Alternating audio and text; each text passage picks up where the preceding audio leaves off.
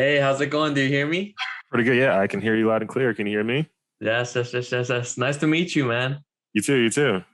I think I came across your post on Facebook. I think one of my friends shared it, and I Uh-huh. and I read the story. Very inspirational. I loved it. Thank And you. yeah, I just wanted because I know we're going through a time now where a lot of people feel a lack of motivation because they believe that being a minority or whatever is making them behind in a lot of Uh, yeah. Yeah. No, that's true.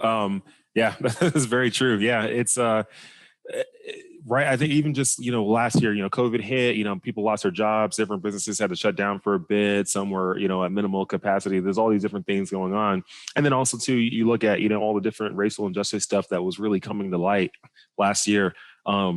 It started highlighting a lot of issues that are going on in this country. But at the same time, too, I think a lot of people started not using it in the right way. Some people were almost using it to continue to fall victim to it. And that's the thing, that's what we can't do, and it doesn't matter what color you are, whatever race you are, and it doesn't matter what you are. Things happen all over the world. We're not just the only country that goes through issues. You go, Mhm. it's far worse in other countries. In other countries, they're a lot less nice. No, So 100%. so people they gotta understand that we're not the only ones that go through issues. We're really good compared to a lot of places. um, Yeah. So can you please just introduce yourself? Tell us a little more about your family, the story of you, and how mhm. you became. You're obviously a successful celebrity in the racing world. I mean, I love the house is gigantic. That's a mansion. You know. Yeah. Please tell us a little about yourself. Yeah, so for me, originally I'm from Dallas, Texas. Grew up there my whole life. Both of my parents immigrated from Nigeria to the U.S. Back in the '80s, before settling in Dallas and having me and my two brothers and my sister. And growing up in Dallas, we didn't have a lot to begin with. Both of my parents they came over to U.S. Because there was more opportunity here, but they didn't have a lot to begin with, so they really had to build from the ground floor up. I think we lived in like Section 8 housing to start, and then from there, we knew that wasn't going to be the end all be all. We needed to get out of that as soon as possible, and we did. We continued to grind and move forward. Eventually, my parents, they landed better jobs. Got some their education, like got their college degrees, stuff like that. Started getting better jobs and better opportunities. From there, we moved out of those places and got into the better places. And then from there, being in Texas, naturally, I gravitated towards football because football is the biggest thing in Texas. And throughout middle school and high school, I worked really hard to get better and better at football because I started having this vision and seeing myself become a football player in college. I wanted to play college football, play on TV. So I made that my goal, and that was something I wanted to go accomplish, and eventually I did. I got better and better. I got to a point where I earned a starting spot on the football team, on the varsity football team in high school. From there, got noticed by a few colleges. Some schools that were looking at me were, one of them was a Naval Academy. And I just looked at that opportunity with the Naval Academy to go to a really good school, get a really good education, and then be able to play football for a great team. And then when I graduate, be able to have a career basically started for me as an officer in the United States Navy. So I took that opportunity, went to Naval Academy, played there 4 years, graduated in 2010, became an officer in the Navy right after that. I've been a surface warfare officer in the Navy for the last 10 years, almost 11 years now. And it's been a really cool, fun Navy journey. But about 6 years ago, I also embarked on another journey while still being in the Navy, and that was racing. I've always had a passion for cars. I've always had a passion for racing. But about 6 years ago or so, I just made this crazy decision that I wanted to be a pro driver, and I was Mhm. going to go after it, even though I didn't know where to go. But I did know one thing about myself, and that was the moment I have a vision, I put my mind to it, I start putting energy towards it, I grind towards it, I can make it happen. So no matter what it is, it's going to happen. And that's the path I decided to go. And now we're here. I'm racing on national TV, and I've been racing the last few years now and slowly working my way up the ranks in NASCAR. But it's a difficult journey, not easy, but we're making it happen, and we're growing it. We're trying to make it better, and eventually I'll be racing at the top level in NASCAR. On Sundays. 100% is gonna come true. I mean, I think a big part of success comes with the mindset. It seems like you already have everything down packed.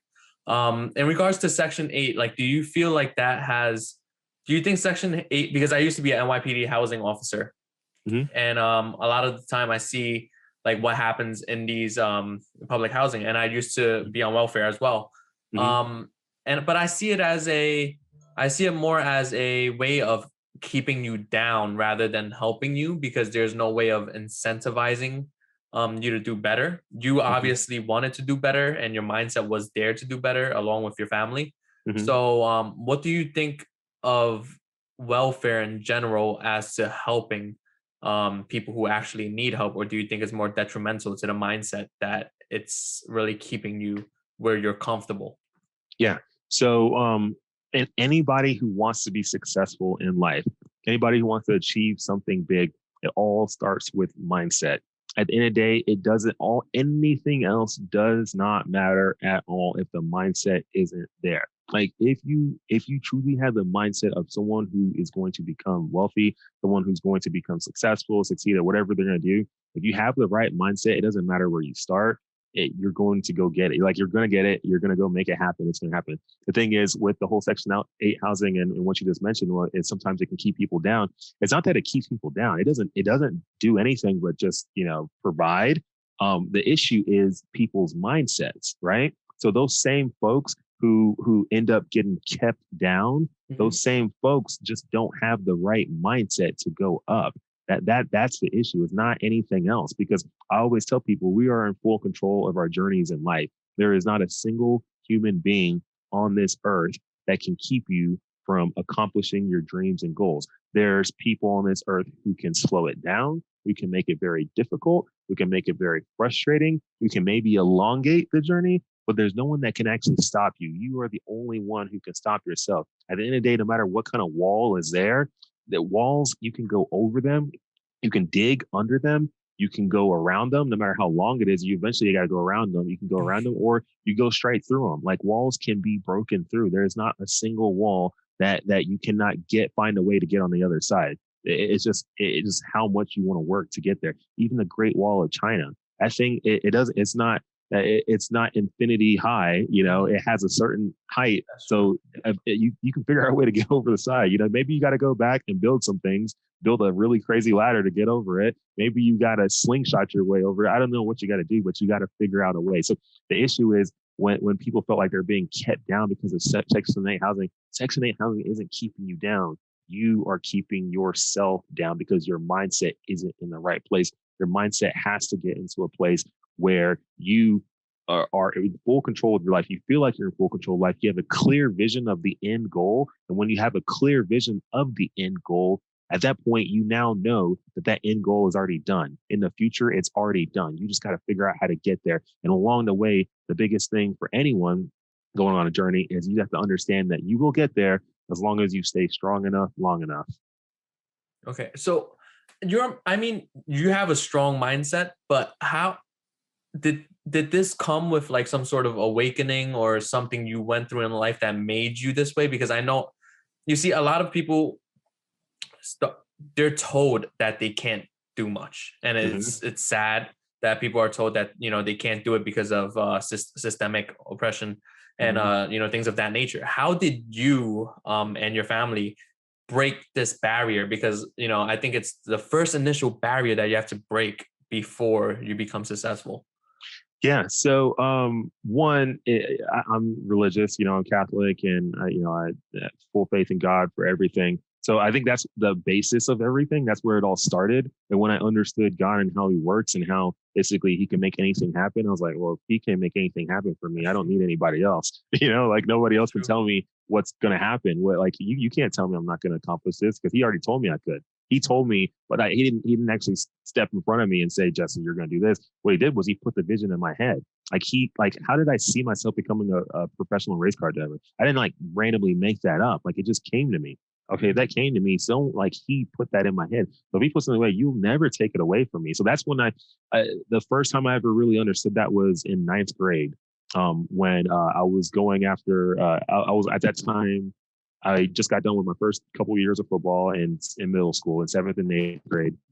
I was on the B team both those years. And then going into ninth grade, I wanted to make the A team because I wanted to be better. I wanted to play on a better team. and I wanted to work my way to eventual goal of being in college and playing college football. So I knew I needed to be on the A team so I could start getting there. So while I was working towards that, I didn't really have a great shot at making it because I wasn't actually that good. I couldn't catch a football to save my life. I was fast and I worked hard. But my mom gave me this little prayer booklet, and she said, hey, like, she told me go to a particular page. It's like, say this prayer every single night for what you want, and just continue to put action towards what you want. Do that too. Do those two things together, and you will get what you're trying to desire. And I was like, okay, I'm trying to be on the A team, so this is what I'm going to do. And like, once again, I wasn't as talented as a lot of people. There's people who ended up being on the B team that year who were more talented than me. I made the A team. And there was no, if you just look at stats, you just look at just me at that time, there was no way I should have made it. And I did. And that's when I understood. I'm like, wow, God is like pretty powerful. So then that started helping me build this whole mindset that I have now. Hey, no matter what I want, I can actually accomplish it. 1, have faith in God. 2, pray. 3, put action towards it, because you can't just have faith and pray. That doesn't mean anything. You got to faith, pray, and then do something. Like, he wants to make sure you are putting skin in the game too. Like, if he's going to put his skin in the game, you better put your skin in the game too. So do all that in conjunction, and you actually get to your goal. And then I was like, okay, I learned that then in high school. Then I started applying it to what I do in NASCAR now. I started applying it to what I do in the Navy. Started applying it to everything I do in life. And then everything I've ever wanted to accomplish, I accomplish, and I'm successful at it. It's not luck. I just put those few things together. So for those out there who feel like, there's this systematic racism that's bringing them down and this and that, there's going to be forces that are detrimental to your journey, that are going to hurt your journey. I've had things that have hurt my journey in different ways, but at the end of the day, none of it can stop you. Like, there's a force more powerful than all of that stuff. You can continue to go forward. You just, once again, you have to stay strong enough, long enough, and don't ever let other people's opinion of you become your reality. Deep. Yeah, I definitely agree. And how, for your parents, you said, I think from the story I read that they came with like $100 or a few $100 in their pocket. How did they get to where they are with, that house was absolutely gorgeous. I'm sure it wasn't like a cheap house. How did you guys, like, was this a journey you guys all embarked on, like, as a team? Like, you guys said, I want to go to America and crush it and just, make the American dream come true? Or is there anything actually that built you different? Yeah. Go. Yeah. So I think what built them different is, once again, it's a mindset thing, right? So my dad had the foresight to figure out, okay, if I stay in Nigeria, my family's only going to get here. If I go to America, my family is going to get here. The reason why is because there's a lot more opportunity for success. With the way with the corruptness and the issues going on in Nigeria at that time, and issues that still plague Nigeria today, you're capped over there. There's just only so much you can do. But if you came to the US, there's a lot more. So that's why he made that decision to come here, because he knew he was going to build that opportunity. So when my parents first came over, my dad, I believe he had somewhere between like $500 and $1,000, somewhere in that range. And this is money he saved up in Nigeria, because he was working with some like broadcast news teams and stuff like that. And he was almost like a news anchor over there working. And he was pretty young doing it. He's like one of the youngest ever to do it out there. And he saved up a lot of money from that. And when I say a lot of money, that $500 to $1,000 of US dollars he saved up. And then he used that money to fly himself over here to the US, got here to the US. So he didn't have much. That's even during that time, let's say $1,000 in US dollars back in, I think, 81 or whenever he came over, that today is like $3,000 or $4,000. It's really not that much, to start with. So he first, this is where networking and family comes into play. We had some different extended family members who were out here already. They were able to give him shelter, somewhere to stay at first. So he lived there with them and worked, random jobs just to make some extra money. He was like a security guard, doing some other little things while he was also going to school and getting his undergrad degree, because he knew that was going to be powerful and help him like get a decent paying job. So he worked hard to do that. He wasn't like out partying and getting in trouble or anything like that, because he had other friends who did come over from Nigeria to the US who kind of lost their way, and then they ended up not doing as well. So my dad was working hard to do that. Finally saved up some more money, got his undergrad degree, went back, married my mom, brought her back here. And then from there, once again, we still didn't have a lot to begin with, but what they started with was we started with the Section 8 housing. So we started living there at first, and that was good enough to at least have us living somewhere where at that time it wasn't bad. It wasn't bad. Like we didn't live in like really, really bad Section 8 housing. It wasn't great, but it wasn't so bad. Like it was still a decent area. So we did that, and from there, through once again saving a lot of money, working hard, and all that stuff, we eventually moved into our first house, which is in '93, and it was just a one-story house in Garland, Texas. It was a decent house, especially at that time. It wasn't bad.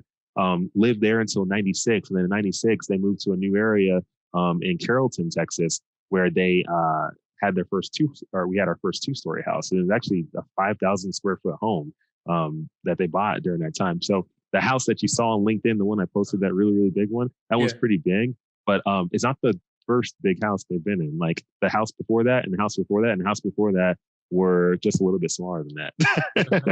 So it's not even the first one, but it's funny because I posted the picture and a lot of people thought, oh, they've been working hard the last 40, 50, whatever, how many, 30 years, 30 something years. And they finally just got to this. They actually got to this like 15 years ago. They got to another one that was very similar size, just not as extravagant, just, a little bit small. I would say maybe 500 to 500 to 750 square foot less. But they've been in some big houses since. It's just, this one was cool because I liked it and I wanted to post it. And, but yeah, they've been doing it. They've been doing it for a while. So how they really got there was, once again, grinding. In '96, we moved to the first big house. But then in around that time, both of my parents, my mom became a nurse. She was a nurse. She was working very hard, many, many hours. Then what they did is they got into the entrepreneur world. So they started their own little small businesses on the side of their day jobs. So for the small businesses, what they were doing was my mom had a party supply store. My dad had a banquet hall. My dad would rent the banquet hall out every weekend to people wanting to throw parties, events, things like that. He'd make extra money on that. My mom with the party supply store, she was like a what's that party supply store that's big right now? Party City. Party City. So hers was called Party R Us. So it was just a competitor to it. We didn't have like a franchise thing going on. It was just like one store, but that one store like did really, really well. And but she had it for a few years. The only reason she shut it down is just got to a point where it's just like, health over, wealth in a way, because it was so many hours working to make it work. And it did well. It got to a point where I think she made enough money where she's like, you know what, I want to live, a long life and not just overstress myself every day. 100%. So she's like, let me scale back. She had money now saved up in the bank. And then from there, she made very smart decisions with that money that she had saved up from that business, which was basically always moving into houses where she could get a lot of equity and then move on to the next. So honestly, from about 2005, 6 or so through now, I don't think my parents have stayed in one house longer than a few years.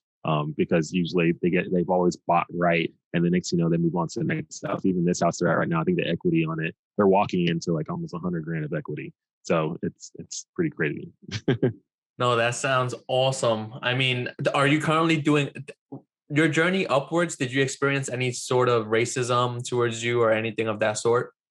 Yeah, it happens here and there. I wouldn't say I've experienced it really bad, but it happens, especially now with me racing in NASCAR, being more of a public figure. You'll have your trolls online, people who say really nasty things, do really nasty things online. We live in an internet world today where there's a lot of keyboard warriors, people who will talk all this stuff online, but you see them in person, they'll never say a word, because they're scared. But we just live in that kind of world. So honestly, I don't let that stuff bother me. At the end of the day, if someone says anything nasty about me online, in my mind, I just picture some like fat dude sitting in his mom's basement in wherever he's at, or her, and they're not doing anything because if they have the energy to go on and just randomly be negative towards me when I'm a very positive person, I always put out positive energy. Uh-huh. If they want to do that, then that's just on them. I mean, that's how they want to spend their time. I'm going to keep spending my time on growing my wealth, growing my businesses, growing my racing career, growing my relationship with my fiance, like everything. I'm going to spend time on doing all that great stuff and not worrying about these trolls who will never go anywhere in life. Yeah, no, I agree. I always say, like in Clubhouse, when I started meeting like a lot of entrepreneurs, you will realize that these people don't have time for BS. Yeah. You know, it's just like when you see someone that does that, it's like, wow, you actually have the time to, do all of this because you have nothing else going on. Yeah. Everyone respects each other in the entrepreneur world because we know it's, to work hard for what you want is definitely something that, is rare. I think a Yeah. lot of people don't actually do such a thing. Are you currently doing anything because I think your mindset, I think a lot of people have the problem with the mindset thing. And honestly, my interview with you is obviously to prove the point that you could overcome any obstacles that you're given as long as you have the mindset and you're willing to do it. When you brought up God, I think, I would say I'm religious in a way. I do believe there's a higher being, and a lot of things fell into place for me because, I never thought that I would be on the newspaper or whatever like that. I made a leap of faith, and things started to fall in place. Like all out of nowhere, people would start like coming to you, asking to help you for free. And I was like, what is going on? Like, it's so weird how everything is just falling into place. Then someone reached out, like, hey, can I interview you? And I was like, wow. Like you said, manifestation is not just thinking about it. You have to go out there and do it. Like people say, God has a plan for me. God has a plan for you if you're willing to work hard for it. Not like, like you don't need to do anything and we're going to just give you, the road paved. It's not like that. So I think it's an incredible thing. And like when I experienced it, I was like, wow, like this is insane. But yeah, are you doing anything currently to basically like what sort of, if you don't mind me asking, what sort of businesses do you have currently? Yeah. So currently right now on the business side of things, the first business I started, which I still have today, which has been going great, is I host drag racing events at local tracks in Southern California and also in Phoenix, Arizona. I've been Nice. on those events for the last 6 years now. They've done really well. We basically rent tracks out, invite people to come out, whether they're spectators or people who are actually going to race in the event. People compete for prize money. We give away prize money. It goes great. And it's made really good money. And then outside of that, I have a real estate thing going on now where, I've been working on buying investment properties. Me and my brothers, we teamed up on that. So we have a couple different places and working on a third right now. We're going to grow that thing out because I think that's the end game right there is the real estate. And then we have a trucking company where we have semi trucks on the road right now as we speak. Probably have 5 or 6 right now as we speak on the road, hauling mainly Amazon goods. Amazon's our biggest customer, our biggest client. So we haul those big blue Amazon trailers. So when you get your goods at home from Amazon, we probably maybe touched it if you're at least you're in the Southern California region. Oh, And then esports too. You can see the shirt I'm wearing right now. Have a e-racing association. We put on sim racing events where you can race virtually from your house and potentially win, part of the $5,000 prize pools that we give away for our tournaments. wow, that's pretty sick. Yeah. Well, what would you recommend to somebody who, and I think your family coming from Nigeria, I think I had a big part to do with the mindset too, because a big thing for me is entitlement. And I think a lot of people in America are entitled because they feel like, that they need this or that, or they have to do this or that, etc. Do you think that had anything to do with your success and your mindset, that maybe you're not from like a place of entitlement? Yeah, no, that I think that helps a lot. Yeah, none of us are entitled to anything. We have to go after everything we want and achieve it. Yeah, entitlement. There's just no place for that. If you're gonna go be successful in life, you cannot have an entitlement attitude. Like you're not entitled to anything. Like just go get it. No one's gonna give it to you. You don't deserve it until you go like earn it. No. Okay, well, yeah, I know we don't have much time left. I know you're a very busy guy, but one last thing for people who are watching, your best advice to give to somebody that is a minority that feels like they are being at a disadvantage in life. What would you say to someone to motivate them to get out there and change their mindset? Because that's one of the hardest things to change. Yeah. I would say best advice is go grab these 2 books. Either grab these 2 books or listen to these 2 audiobooks. You can do, I listen to audiobooks, but I don't like reading a lot. I don't have time. So these 2 books right here, they're both written by Robert Kiyosaki. Ooh. One of them is called Rich Dad, Poor Dad. The other one is called Cash Flow Quadrants. Just go listen or read to both of those, and listen to or read first Rich Dad, Poor Dad, and then Cash Flow Quadrant. Take those and read those. And if you got to read them 2 times, 3 times, whatever it is, or listen to them, they're great. That will help you get your mindset in the right place. If those don't help you get your mindset in the right place, you will be stuck forever. if you can finally understand it, if you can understand what he's saying in there, and it might take a while. The first time it might just not click. Just listen to it again and again until it clicks. If you want to get out of where you're at, if you want to get out, you will do those 2 things: Rich Dad, Poor Dad, and Cash Flow Quadrant.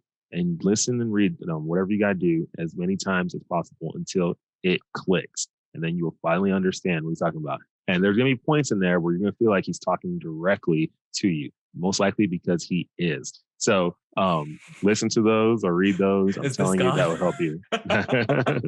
No, I read Rich Dad, Poor Dad was amazing. I haven't read Cash Flow Quadrant. Cash Flow Quadrant is basically Rich Dad, Poor Dad Part 2.